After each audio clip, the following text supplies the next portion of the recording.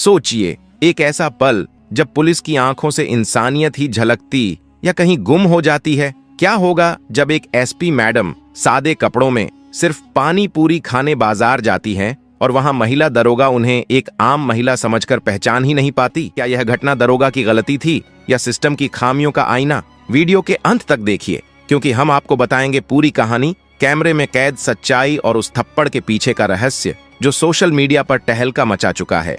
जिला बरेली की हवा इन दिनों कुछ अलग तरह की बेचैनी लिए हुए थी। यह बेचैनी किसी बड़े अपराध की वजह से नहीं थी, बल्कि जिले में नई एसपी की नियुक्ति ने माहौल बदल दिया था। नाम था प्रिया राठौर। फाइलों में दर्ज उनका रिकॉर्ड खुद बयान कर रहा था कि वह कितनी कड़ी और ईमानदार अफसर हैं। प्रिया राठौर का तरीका काम करने का बिल्कुल अलग था। उनकी कड़ाई और ईमानदारी की खबर सबसे ज्यादा पुलिस महकमे में हलचल पैदा कर रही थी। पुराने जमे हुए अफसर और सिपाही जानते थे कि जब कोई नया अफसर आता है तो कम से कम शुरुआती दिनों में सब कुछ बदल जाता है, और चाहे दिखावे के लिए ही सही, ईमानदारी का ढोंग करना पड़ता है। प्रिया राठौर बरेली एसपी का चार्ज संभाले हुए सिर्फ 3 दिन पूरे कर चुकी थीं। इन 3 दिनों में उनका सारा ध्यान फाइलों पर रहा। पुराने केसों का अध्ययन, मातहत अफसरों के साथ लंबी मीटिंग्स और हर अफसर से जानकारी लेना। हर कोई उनके सामने मैम कहता जा रहा था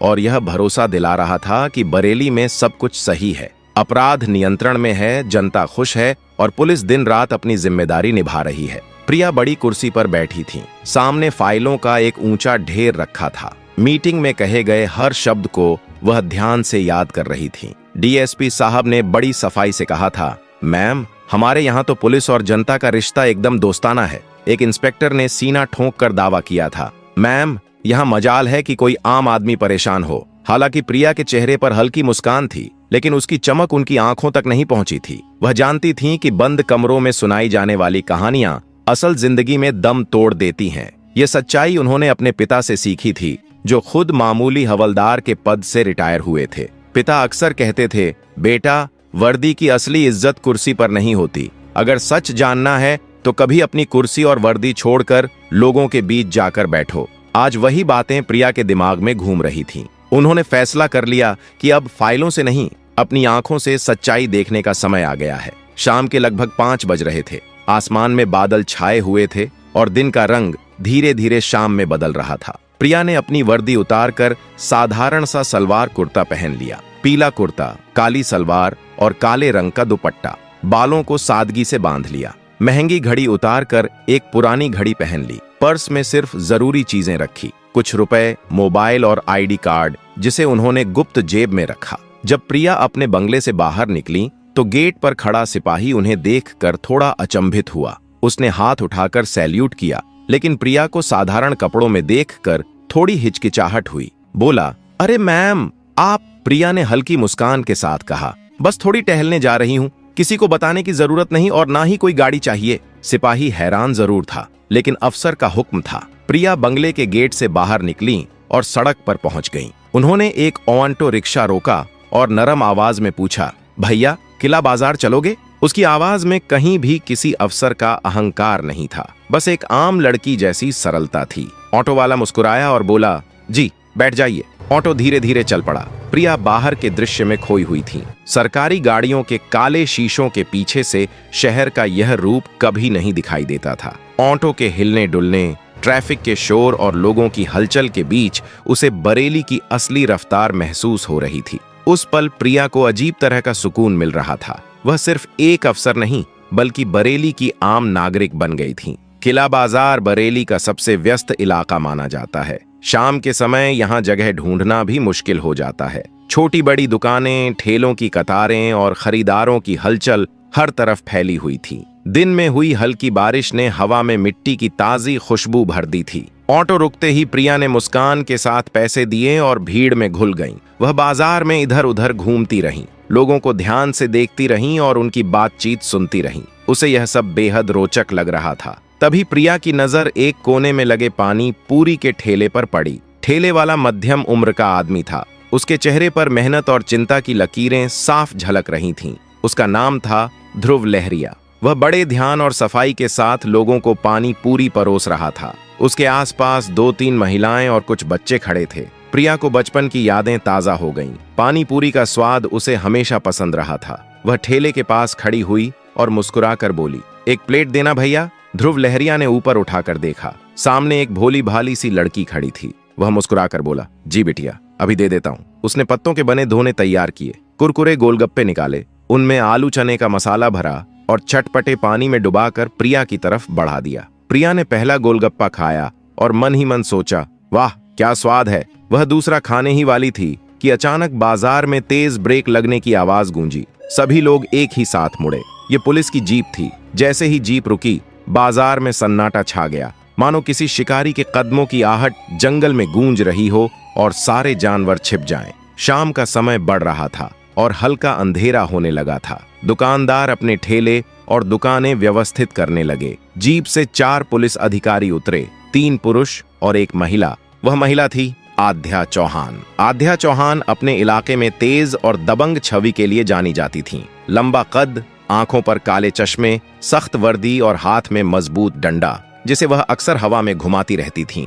उसके कदमों में एक अजीब सी अकड़ थी, जैसे पूरा इलाका उसके अधीन हो। आध्या चौहान की नजर सीधे ध्रुव लहरिया के ठेले पर पड़ी। वह अपने सिपाहियों के साथ बिल्कुल फिल्मी विलेन की तरह ठेले की ओर बढ़ी। जो लोग वहां पानी पूरी खा रहे थे वे डर से किनारे हट गए। आध्या चौहान ने डंडे से ठेले को ठकठकाया और तेज आवाज में बोली, ओ ध्रुव लहरिया, आज का हफ्ता निकालो, जल्दी करो। ध्रुव लहरिया का हंसता चेहरा अचानक फिका पड़ गया। उसके हाथ कांपने लगे। डरते डरते उसने हाथ जोड़कर कहा, मैडम जी, आज कमाई नहीं हुई। सुबह से बारिश रही, दुकान भी देर से लगाई, बोनी भी ठीक नहीं हुई। आध्या चौहान ने उसकी बात सुनी और जोर से हंस पड़ी, लेकिन उसकी हंसी में दया नहीं थी, बल्कि अपमान और ताकत का एहसास छिपा था। कमाई नहीं हुई तो क्या मुझे मान लेना चाहिए? ये जो लोग अभी तेरे ठेले पर खड़े थे, क्या ये सब फ्री में खा रहे थे? नाटक बंद कर, जल्दी से पैसे निकाल। ध्रुव लहरिया अब लगभग टूट चुका था। कांपती आवाज में उसने कहा, मैडम, मैं सच कह रहा हूँ, घर में बच्ची की तबीयत खराब है, उसकी दवा ले जानी है, कल पक्का चुका दूंगा, भगवान कसम। ये सुनकर आध्या चौहान का गुस्सा और भी भड़क गया। उसका चेहरा लाल हो उठा। दांत भींचते हुए उसने कहा, तेरी हिम्मत कैसे हुई मुझे कल की तारीख देने की? तू मुझे सिखाएगा कि मेरा पैसा कब मिलेगा, चाहे कमाया हो या नहीं। पुलिस का हफ्ता तय है, इसे दिमाग में रख। इतना कहते हुए आध्या चौहान ने गुस्से में ध्रुव लहरिया के ठेले को जोर से धक्का मार दिया। ठेले पर रखे गोलगप्पे, मसाले और पानी से भरे मटके सब जमीन पर गिर गए। पानी की धार सड़क पर बहने लगी, जैसे ध्रुव लहरिया की बेबसी और आंसू बनकर फैल गई हो। ध्रुव लहरिया अपनी उजड़ती हुई दुकान को फटी फटी आंखों से देखता रह गया। ऐसा लग रहा था जैसे उसकी पूरी दुनिया एक ही पल में खत्म हो गई हो। प्रिया थोड़ी दूर खड़ी यह सब देख रही थी। उसका खून खौल उठा। उसने हाथ में पकड़ा हुआ गोलगप्पे का दोना कसकर भींच लिया। वह देख रही थी कि कैसे वर्दी का घमंड एक गरीब की रोजी रोटी को कुचल रहा था। अब आसमान साफ था और लोग चुपचाप तमाशा देख रहे थे।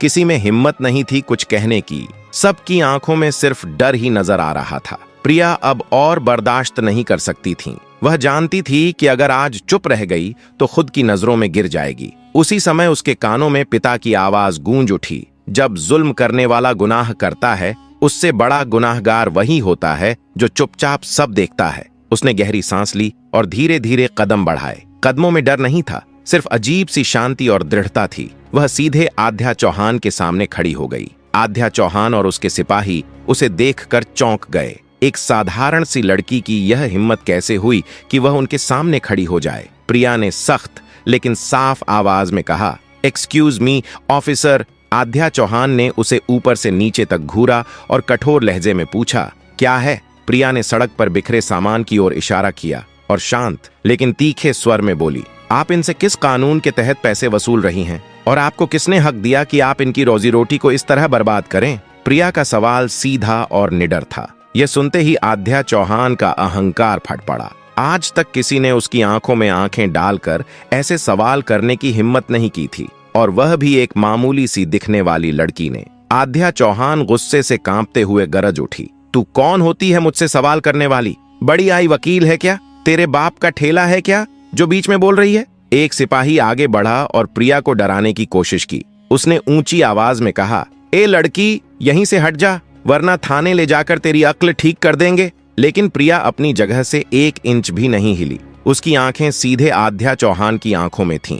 डर की जगह केवल एक गहरी चुनौती नजर आ रही थी। प्रिया ने शांत लेकिन ठोस आवाज में कहा, मैं इस देश की आम नागरिक हूं और एक नागरिक होने के नाते मुझे यह सवाल पूछने का पूरा हक है। आप वर्दी में हैं, कानून की रक्षक हैं, न कि भक्षक। बताइए, इंडियन पीनल कोड के किस सेक्शन में लिखा है कि पुलिस किसी गरीब से हफ्ता वसूल सकती है? इंडियन पीनल कोड सेक्शन जैसे शब्द सुनते ही आध्या चौहान और भी तिलमिला गई। उसे लगा यह लड़की कुछ ज्यादा ही पढ़ी लिखी है और अब उसे कानून सिखा रही है।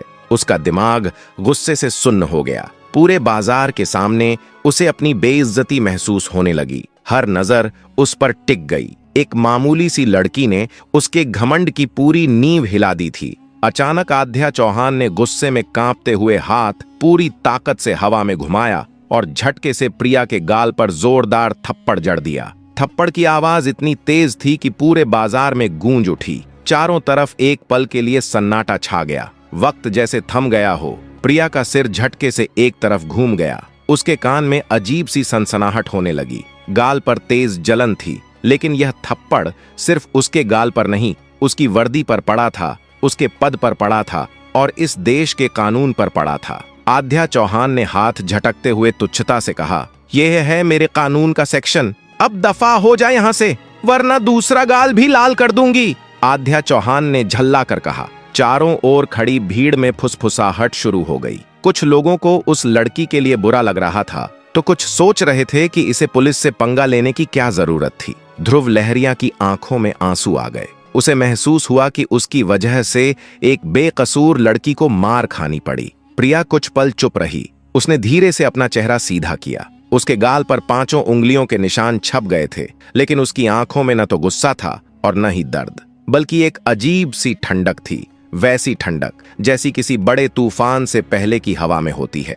उसने आध्या चौहान की तरफ देखा, जो अब भी जीत के घमंड में खड़ी थी। फिर उसने उन सिपाहियों को देखा जो मंद मंद मुस्कुरा रहे थे, और फिर उसने उस डरी सहमी भीड़ को देखा जो न्याय की उम्मीद छोड़ चुकी थी। प्रिया ने एक गहरी सांस ली। अब समय था नाटक खत्म करने का। उसने बहुत ही शांत ढंग से अपना साधारण सा पर्स खोला। आध्या चौहान और उसके साथी सोच रहे थे कि शायद अब यह लड़की पैसे निकालकर ठेले वाले को देने वाली है। क्या है, अब निकालेगी पैसे? चल निकल यहां से, आध्या चौहान ने फिर तीखे लहजे में कहा। लेकिन प्रिया ने पर्स से पैसे नहीं निकाले। उसने पर्स की अंदर वाली खुफिया जेब में हाथ डाला और वहां से एक कार्ड बाहर निकाला। वह कार्ड गहरे नीले रंग का था, जिस पर सुनहरे अक्षरों में बना हुआ था अशोक स्तंभ। प्रिया ने वह कार्ड धीरे से आगे बढ़ाया, ठीक आध्या चौहान की आंखों के सामने। आध्या चौहान ने झुंझलाकर कार्ड की तरफ देखा। पहले तो कुछ समझ में नहीं आया, लेकिन जैसे ही उसकी नजर कार्ड पर लिखे नाम और पद पर पड़ी, उसके पैरों तले से जमीन खिसक गई। कार्ड पर साफ साफ लिखा था, प्रिया राठौर, IPS, पुलिस अधीक्षक, सुपरिंटेंडेंट ऑफ पुलिस, जिला बरेली। यह पढ़ते ही आध्या चौहान के चेहरे का रंग उड़ गया। उसकी आंखों के सामने अंधेरा छा गया। जिस औरत को उसने अभी अभी पूरे बाजार के सामने थप्पड़ मारा था, वह कोई आम लड़की नहीं थी, बल्कि उसी जिले की सबसे बड़ी पुलिस अफसर नई ASP प्रिया राठौर थी। उसी क्षण आध्या चौहान के हाथ से डंडा छिन्न की आवाज के साथ जमीन पर गिर गया। उसके शरीर की सारी अकड़, सारा गुरूर एक ही पल में भाप बनकर उड़ गया। उसके हाथ पैर कांपने लगे। मैम, उसकी आवाज उसके गले में ही अटक गई। बाकी तीनों सिपाहियों का भी यही हाल था। वे एक दूसरे का मुंह ऐसे देख रहे थे जैसे उन्होंने भूत देख लिया हो। कुछ सेकंड पहले जो चेहरे हंस रहे थे, अब उन पर मौत का खौफ साफ नजर आ रहा था। पूरे बाजार में जो सन्नाटा था, वह और भी गहरा हो गया। सबको समझ आ गया था कि कुछ बहुत बड़ा हो गया है। आध्या चौहान घबराकर तुरंत घुटनों के बल जमीन पर बैठने की कोशिश करने लगी। वो प्रिया के पैरों में गिरना चाहती थी। मैम, मैम, मुझे माफ कर दीजिए। मैम, बहुत बड़ी गलती हो गई मुझसे। मैंने आपको पहचाना नहीं। मैम, प्लीज माफ कर दीजिए। वो एक ही सांस में सब कुछ बोल गई। उसकी आवाज में अब सिर्फ डर था। प्रिया ने बहुत ही ठंडे चेहरे के साथ अपना कार्ड वापस पर्स में रखा। उसका चेहरा अब भी सपाट था, लेकिन उसकी आवाज लोहे की तरह सख्त और ठंडी हो गई थी। खड़ी हो जाओ। आध्या कांपते हुए खड़ी हुई। सिर नीचे झुका हुआ था। नजरें उठाने की हिम्मत तक नहीं बची थी। प्रिया ने उसकी ओर देखते हुए कहा, तुमने मुझे पहचाना नहीं, इसलिए तुमने मुझे थप्पड़ मारा। अगर पहचान लेती तो सैल्यूट करती। यही है तुम्हारी दिक्कत। तुम्हारी वफादारी कानून से नहीं, पद से है। तुम वर्दी की इज्जत नहीं करती, तुम सिर्फ रैंक से डरती हो। उसने एक पल के लिए विध्रुव लिया, फिर ठंडे स्वर में कहा, नहीं पता था। इसीलिए ही तो तुम जैसे लोग वर्दी पहनकर वर्दी को गंदा कर रहे हो। आज एक गरीब से वसूली कर रही हो, कल किसी की इज्जत का सौदा भी कर लोगी। तुम जैसी पुलिस वाली इस विभाग पर एक कलंक हो। यह कहते हुए प्रिया ने अपने पर्स से अपना पर्सनल मोबाइल फोन निकाला। उसने एक नंबर डायल किया। कंट्रोल रूम, मैं एसपी प्रिया राठौर बोल रही हूँ। दूसरी तरफ से जो भी ऑपरेटर था, उसकी आवाज में हड़बड़ाहट साफ सुनाई दे रही थी। किला बाजार में जहां पानी पूरी का कोना है, वहां तुरंत एक पीसीआर वैन और एसएचओ को भेजो, तत्काल। फोन काटकर उसने उन चारों की तरफ देखा। तुम चारों को अभी और इसी वक्त से सस्पेंड किया जाता है। लाइन हाजिर हो जाओ। और तुम सब इंस्पेक्टर आध्या चौहान, तुम्हारे ऊपर विभागीय जांच आज से ही शुरू होगी। एक्सटॉर्शन, अवैध वसूली, पब्लिक सर्वेंट ड्यूटीज का दुरुपयोग और एक नागरिक पर हाथ उठाने के जुर्म में तुम्हारे ऊपर चार्जशीट भी तैयार होगी। अब तुम अपनी सफाई जांच कमेटी को देना। कुछ ही मिनटों में पुलिस की 2 गाड़ियां सायरन बजाती हुई बाजार में आ पहुंची। उनमें से इलाके के एसएचओ उतरे। उन्होंने जब अपनी नई एसपी को साधारण कपड़ों में गाल पर थप्पड़ के निशान के साथ देखा तो उनके होश उड़ गए। उन्होंने कांपते हुए सैल्यूट किया। प्रिया ने आदेश दिया, एसएचओ साहब, इन चारों को यहां से ले जाइए और जो मैंने कहा है उस पर तुरंत कार्रवाई शुरू कीजिए। एसएचओ ने आध्या चौहान और बाकी सिपाहियों की ओर देखा, जिनके चेहरों पर हवाइयां उड़ रही थीं। उन्होंने उन चारों को जीप में बैठने का इशारा किया। कल तक जो पुलिस वाले बाजार में रौब जमाते थे, आज वे मुजरिमों की तरह सिर झुकाए जीप में बैठ रहे थे। जब वे जा रहे थे, तब प्रिया ने आध्या चौहान से आखिरी बार कहा, यह थप्पड़ मुझे नहीं, इस वर्दी को पड़ा है और इस वर्दी का सम्मान कैसे वापस लाना है, यह मुझे अच्छी तरह पता है। पुलिस की गाड़ियां चली गईं। बाजार में अभी भी खामोशी थी, लेकिन अब यह डर की नहीं, आश्चर्य और सम्मान की खामोशी थी। लोगों ने आज तक ऐसा सीन सिर्फ फिल्मों में देखा था। आज वे अपनी आंखों से हकीकत में देख रहे थे। अब प्रिया उस ठेले वाले ध्रुव लहरिया की तरफ मुड़ी, जो अभी तक सदमे में खड़ा सब कुछ देख रहा था। उसकी आंखों में आंसू थे, लेकिन अब यह बेबसी के नहीं, कृतज्ञता के आंसू थे। प्रिया ने उसके कंधे पर हाथ रखा। उसकी आवाज में अब वही पुरानी नरमी लौट आई थी। बाबा, आपका नाम क्या है? उसने कांपती आवाज में कहा। जी, ध्रुव लहरिया। ध्रुव लहरिया जी, जो आपका नुकसान हुआ है उसकी भरपाई सरकार करेगी, और आज के बाद आपसे कोई भी पुलिस वाला अगर 1 रुपया भी मांगे या आपको डराए धमकाए तो आप डरना मत, सीधा मेरे ऑफिस आना। मेरा दरवाजा आपके जैसे शरीफ लोगों के लिए हमेशा खुला है। उसने अपनी जेब से 500 रुपए का एक नोट निकाला और उसकी हथेली पर रख दिया। यह मेरी तरफ से है, आपके नुकसान के लिए नहीं, आपकी बेटी की दवाई के लिए। जाइए और अपनी दुकान फिर से लगाइए। ध्रुव लहरिया की आंखों से झरझर आंसू बहने लगे। वह कुछ बोल नहीं पाया, बस हाथ जोड़कर खड़ा रहा। प्रिया ने भीड़ की तरफ देखा और ऊंची आवाज में कहा, आप सब लोग गवाह हैं कि आज यहाँ क्या हुआ। डरिए मत, पुलिस आपकी सुरक्षा के लिए है, आपको लूटने के लिए नहीं। अगर कोई भी वर्दी वाला अपनी ताकत का गलत इस्तेमाल करता है तो चुप मत रहिए, आवाज उठाइए, मैं आपके साथ हूँ। यह कहकर प्रिया मुड़ी और धीरे धीरे भीड़ से बाहर निकल गई, वैसे ही जैसे वह आई थी। लेकिन अब वह सिर्फ एक आम लड़की नहीं थी, वह बरेली के लोगों के लिए उम्मीद की एक किरण बन गई थी। उस रात जब प्रिया राठौर अपने बंगले पर लौटी तो उसने आईने में अपना चेहरा देखा। गाल पर अभी भी हल्का सा निशान था, लेकिन आज उसे उस निशान में दर्द नहीं, एक सुकून दिख रहा था। उसे लगा कि आज उसने सच में अपनी वर्दी का कर्ज चुकाया है। यह खबर पूरे जिले में आग की तरह फैल गई। हर पुलिस वाले के दिल में यह बात बैठ गई कि नई एएसपी सिर्फ ऑफिस में बैठने वाली अफसर नहीं है, वह सड़कों पर घूमकर न्याय करने वाली अफसर है। उस एक थप्पड़ की गूंज ने पूरे बरेली जिले के पुलिस महकमे को हिलाकर रख दिया था। एक नई सुबह हो चुकी थी, जहां कानून का रास्ता वर्दी के आतंक का नहीं था। अगली सुबह बरेली पुलिस लाइन में माहौल बिल्कुल अलग था। हवा में एक अजीब सी खामोशी और तनाव था। चाय की दुकानों पर, बैरकों में, ऑफिसों में, हर जगह बस एक ही चर्चा थी, एसपी मैडम का थप्पड़ कांड। जो सिपाही कल तक अपनी मूंछों पर ताव देते घूमते थे, आज उनकी नजरें झुकी हुई थीं। भ्रष्ट और कामचोर पुलिस वालों के दिलों में एक अनजाना खौफ बैठ गया था। उन्हें लग रहा था कि अब तक जो सिस्टम आध्रुव से चल रहा था, उस पर किसी ने हथौड़ा मार दिया है। वहीं दूसरी तरफ कुछ पुराने और ईमानदार अफसर, जिन्हें सालों से किनारे लगा दिया गया था, उनके चेहरों पर एक उम्मीद की चमक थी। उन्हें लग रहा था कि शायद अब कुछ बदलेगा। जब एसपी प्रिया राठौर सुबह ठीक 9 बजे अपनी सरकारी गाड़ी से ऑफिस पहुंची तो नजारा देखने लायक था। गेट पर तैनात सिपाही से लेकर ऑफिस के चपरासी तक हर कोई मूर्ति की तरह सावधान खड़ा था। हर सैल्यूट में कल से ज्यादा वजन और ज्यादा इज्जत थी। प्रिया अपने ऑफिस में आई, मेज पर फाइलें रखीं, लेकिन उसका ध्यान बाहर के माहौल पर था। वह जानती थी कि कल जो हुआ वह सिर्फ एक घटना नहीं थी, वह एक जंग की शुरुआत थी और जंग कभी एक तरफा नहीं होती। अभी वह अपनी कुर्सी पर बैठी ही थी कि उसका फोन बजा। उसने फोन उठाया। हेलो। दूसरी तरफ से एक भारी और मीठी आवाज आई। हेलो एसपी साहिबा, मैं विधायक ध्रुवनारायण तिवारी बोल रहा हूँ। प्रिया सीधी होकर बैठ गई। ध्रुवनारायण तिवारी सत्ताधारी पार्टी का दबंग विधायक था, जिसका नाम कई विवादों में आता रहता था। जी तिवारी जी, कहिए। प्रिया की आवाज सपाट थी। एसपी साहिबा, आप नई नई आई हैं, जिले में बहुत अच्छा काम कर रही हैं। सुना है कल किला बाजार में आपने बहुत हिम्मत का काम किया। तिवारी की आवाज में शहद जैसी मिठास थी, लेकिन प्रिया को उसमें छिपी चाशनी साफ महसूस हो रही थी। मैं सिर्फ अपनी ड्यूटी कर रही थी विधायक जी। हाँ हाँ बिल्कुल, पर क्या है ना मैडम, हम सब एक ही सिस्टम का हिस्सा हैं। कभी कभी छोटे मोटे लोगों से गलतियां हो जाती हैं। वह जो सब इंस्पेक्टर थी, आध्या चौहान, लड़की है, नादान है, गलती हो गई। अब उसके भविष्य का सवाल है। मैं तो बस यही कहूंगा कि आप बड़ी अफसर हैं, बड़ा दिल रखिए, मामले को थोड़ा ठंडा हो जाने दीजिए। यह सीधी सीधी सिफारिश थी, एक धमकी जिसे बड़ी नरमी से पेश किया जा रहा था। प्रिया के चेहरे पर एक सख्त भाव आया। तिवारी जी, गलती और गुनाह में फर्क होता है। एक गरीब को लूटना और वर्दी पहनकर एक नागरिक पर हाथ उठाना, यह नादानी नहीं, गुनाह है। और गुनहगार को सजा मिलना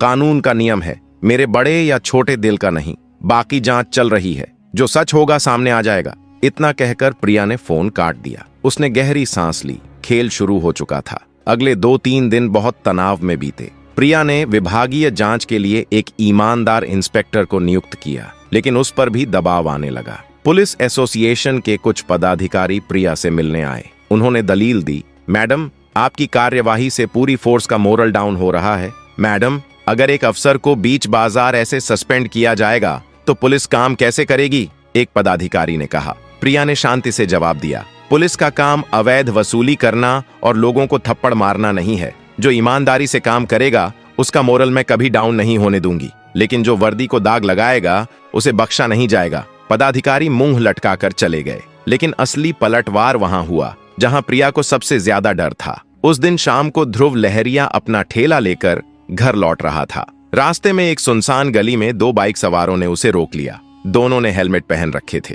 क्यों बे, ध्रुव लहरिया बड़ा हीरो बन रहा है, आजकल एसपी मैडम का खास आदमी हो गया है, एक ने कहा। ध्रुव लहरिया डर गया। नहीं नहीं साहब, मैंने कुछ नहीं किया, कुछ नहीं किया। अब करेगा, कल जाकर बयान देगा कि उस दिन तेरी ही गलती थी, तूने ही मैडम से बदतमीजी की थी और ऐसा ही आध्या ने तुझे बचाने की कोशिश की थी, समझ गया? दूसरे ने उसकी कॉलर पकड़कर धमकाया। लेकिन यह तो झूठ है, सच झूठ हम सिखाएंगे तुझे। अगर अपनी और अपने घर में जो बच्ची है उसकी सलामती चाहता है तो वही करना जो कहा गया है, वरना यह ठेला तो क्या तू भी सड़क पर पड़ा मिलेगा। इतना कहकर उन्होंने उसे एक धक्का दिया और बाइक तेजी से भगा ले गए। ध्रुव लहरिया वहीं जमीन पर बैठ गया। उसका पूरा शरीर कांप रहा था। एक तरफ एसपी मैडम का भरोसा था, दूसरी तरफ अपने परिवार की जान का खतरा। एक गरीब आदमी के लिए इंसाफ की लड़ाई कितनी महंगी पड़ सकती है, यह उसे आज समझ आया था। अगली सुबह ध्रुव लहरिया डरा सहमा एसपी ऑफिस पहुंचा। उसकी हिम्मत नहीं हो रही थी, लेकिन उसे लगा कि अगर वह मैडम को नहीं बताएगा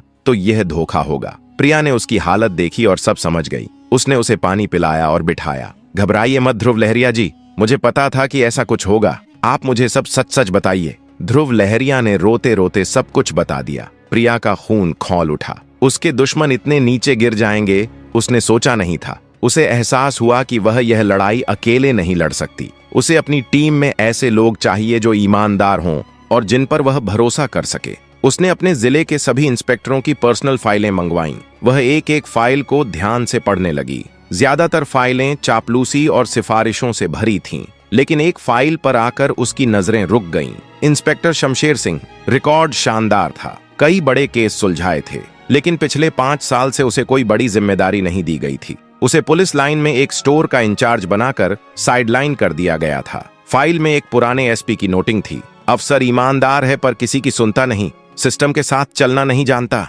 प्रिया के चेहरे पर मुस्कान आ गई। उसे अपना पहला साथी मिल गया था। उसने तुरंत इंस्पेक्टर शमशेर सिंह को अपने ऑफिस में बुलाया। शमशेर सिंह लगभग 50 साल का एक लंबा चौड़ा रबदार चेहरे वाला आदमी था। आंखों में एक अजीब सी उदासी और बेपरवाही का भाव था, जैसे उसने सिस्टम से लड़ना छोड़ दिया हो। बैठिए इंस्पेक्टर। शमशेर सिंह चुपचाप बैठ गया। मैंने आपकी फाइल देखी, प्रिया बोली। शमशेर सिंह, आपका रिकॉर्ड बहुत प्रभावशाली रहा है। फिर आप स्टोर में क्या कर रहे हैं? शमशेर सिंह के चेहरे पर एक फीकी सी मुस्कान आई। मैडम, जब आप सीधे पेड़ को काटने की कोशिश करते हैं और वह नहीं कटता तो आप उसे वहीं छोड़कर आगे बढ़ जाते हैं। मैं वहीं सीधा पेड़ हूँ। प्रिया उसकी ईमानदारी और साफगोई से प्रभावित हुई।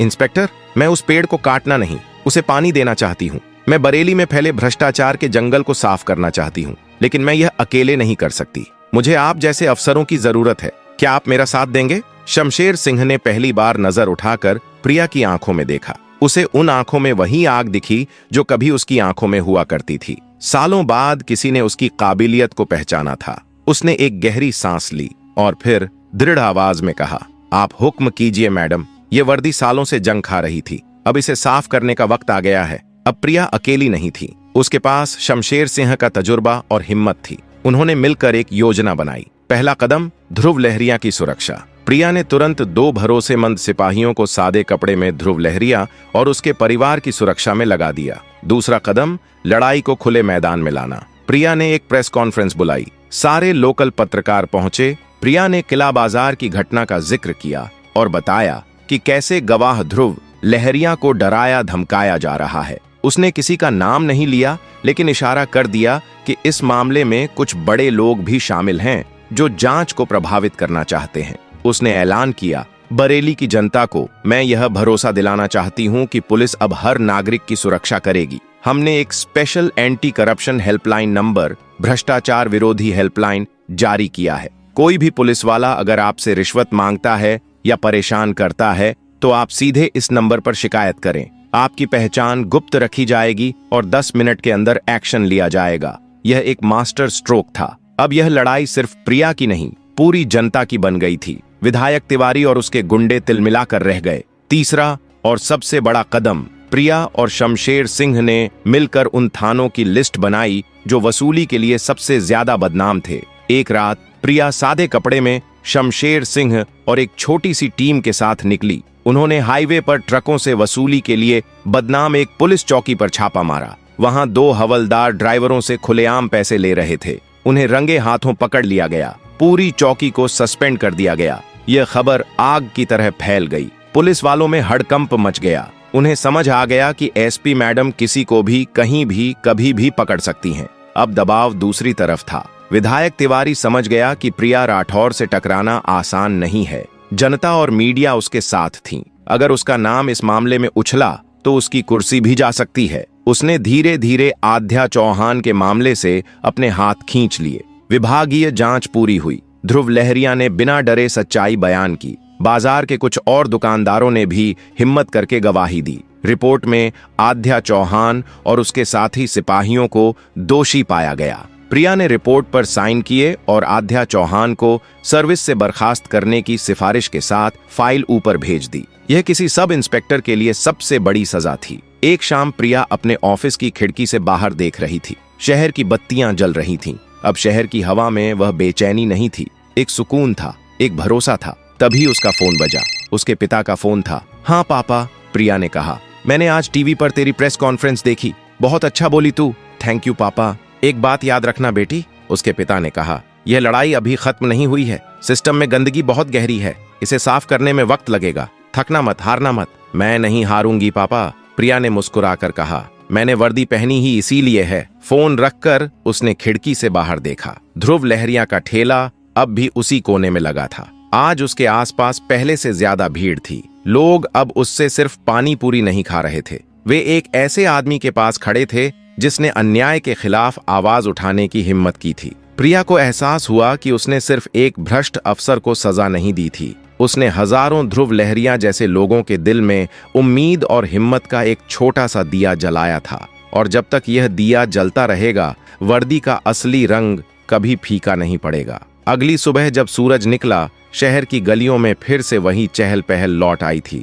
ध्रुव लहरिया का ठेला उसी कोने पर लगा था। लेकिन इस बार उसके चेहरे पर पहले से कहीं ज्यादा सुकून था। पुलिस स्टेशन के बाहर बच्चे बेफिक्र खेल रहे थे। लोग बिना झिझक अपनी शिकायतें दर्ज करवाने आने लगे थे। प्रिया अपनी मेज पर बैठी अगली फाइल पलट रही थी, लेकिन इस बार उसकी आंखों में सिर्फ सख्ती नहीं, भरोसे की चमक भी थी। वो जानती थी एक सही कदम हजारों कदमों की दिशा बदल सकता है। सुबह की हवा में कुछ बदला बदला सा था। प्रिया ने खिड़की से बाहर झांका और खुद से कहा, शायद बदलाव धीरे आता है, पर जब आता है तो फिर कभी पीछे नहीं जाता। वो जानती थी कि एक ईमानदार फैसला किसी की पूरी जिंदगी बदल सकता है। शहर अब भी वही था, मगर उसकी धड़कनों में एक नई रफ्तार थी। हर गली में एक नई कहानी जन्म ले रही थी, हिम्मत की, उम्मीद की। और प्रिया अब सिर्फ एक अफसर नहीं थी, वो बन चुकी थी एक मिसाल। क्योंकि सच्चाई की लौ जब जलती है तो अंधेरा खुद ब खुद पीछे हट जाता है। अगर आपको यह वीडियो पसंद आया हो तो लाइक जरूर करें,